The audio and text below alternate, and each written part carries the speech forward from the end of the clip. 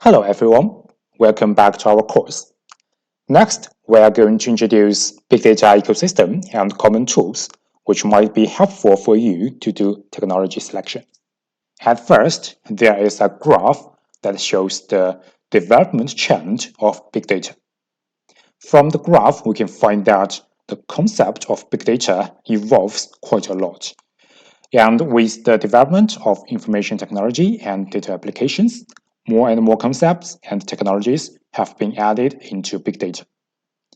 But in general, we need to say that the core part of big data still focuses on massive data storage, analysis, and processing. So here we can see the software system that supports data storage and calculation is the database that originated in 1960s. The relational database emerged in the 1970s has become the storage computing system. At the end of 1980s, data warehouse theory, which is oriented to data analysis and decision making, was put forward and became the main tool and means to explore the value of data for a long time. With the rapid development of the internet around 2000, the data volume increased sharply. The data types became more complex, the data processing speed increased, and the big data era came. As a result, the NoSQL data oriented to unstructured data emerges. The distributed storage computing architecture that breaks through the bottleneck of single-node storage computing capability becomes the mainstream. Hadoop becomes synonymous with big data, and the MPP architecture becomes popular at this time. Around 2010, the advent of the mobile internet era further promoted the development of a large number of subscribers. Further requirements for real-time interactivity led to the emergence of a stream processing framework presented by Flink. The need for unified storage of various types of data has led to the concept of a data lake. In addition, with the in-depth application of cloud computing, the cloud-native concept with the advantages of resource identification and application flexibility is brought.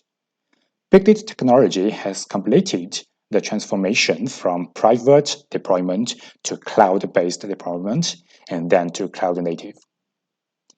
Since 2020, with the promotion of digital transformation in various industries and the frequent occurrence of data security incidents, the development focus of big data technologies has shifted from efficiency improvement to efficiency improvement, business enablement, security enhancement, and circulation promotion. And nowadays, with so many years of development, different enterprises may have different architecture of big data. Here we show you the main architecture of big data solution proposed by Huawei. The top layer of the big data computing ecosystem is the application layer. That is, the layer that interacts with developers. For example, analysts write SQL statements in Hive to invoke the MapReduce engine at the middle layer for analysis and processing. Spark components such as GraphX and MLlib can be used for graph analysis and machine learning. Spark and Flink at the middle layer serve as the core computing engines to support batch computing and stream computing. Zookeeper and Uzi on the left are task configuration coordination. On the right are components related to log collection, migration, and data acquisition. On the bottom, the most important resource scheduling management system is data storage. A big data platform must provide the capability of storing multimodal data. For example, in addition to the most common relational data, there are data such as time series, documents, p-values, and graphs. Of course, the layers of some components in this figure are worth further discussion. For example, Elasticsearch is also a storage component. When HBase is used as a storage component, it is also used as a query and computing component.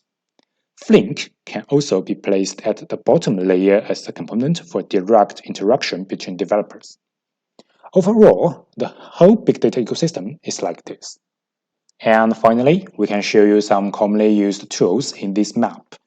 In this map, you can find many different tools, like in Hadoop family, there is Zookeeper for distributed cluster collaboration, HBase as a NoSQL database, Hill, which provides visualized interface for different operations, Scoop for data importing and exporting, and Uzi for workflow scheduling and monitoring. Besides, in stream processing case, we prefer to use Flink, but Storm and Spark streaming are also good choices. And for programming languages, Java is dominating the big data empire, but Scala and Python are also good in practice. And for machine learning library, apart from some Python libs, MLlib and FlinkML are also good, especially if you want to do massive data distributed machine learning. And on the right-hand side, we can find some other useful tools. For unified big data processing platform, we can simply choose Hadoop. Or specifically, MapReduce and Spark in this case. For log collection, we can use Flume. Simply speaking, Flume helps to monitor a data source, and as soon as a new piece of data being generated, Flume collects it automatically. And as for data storage, we prefer to use HDFS. HDFS is a distributed file system that provides massive data storage in petabyte to zettabyte level. And for resource allocation, we can use Yum and Masters for that. Here, Yum is widely used because it is in fact a unified resource allocation tool for almost all computing engines in Hadoop. And for messaging system, we prefer to use Kafka or RabbitMQ. And finally, for data analysis, we can turn to Hive and Spark-SQL for help, or Pig and Kylin in some cases, but not so often.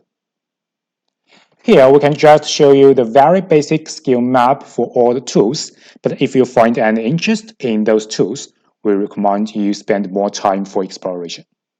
Alright, that's all for this chapter. In this chapter, we mentioned an overall big data ecosystem and show you a little bit about common tools for big data.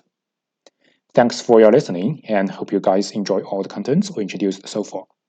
If you find the course interesting, we hope that you can put more efforts for a further learning in your leisure time. After all, this course just helps to lead you to the techniques of big data concepts. Again, wish you enjoy it and wish you all the best.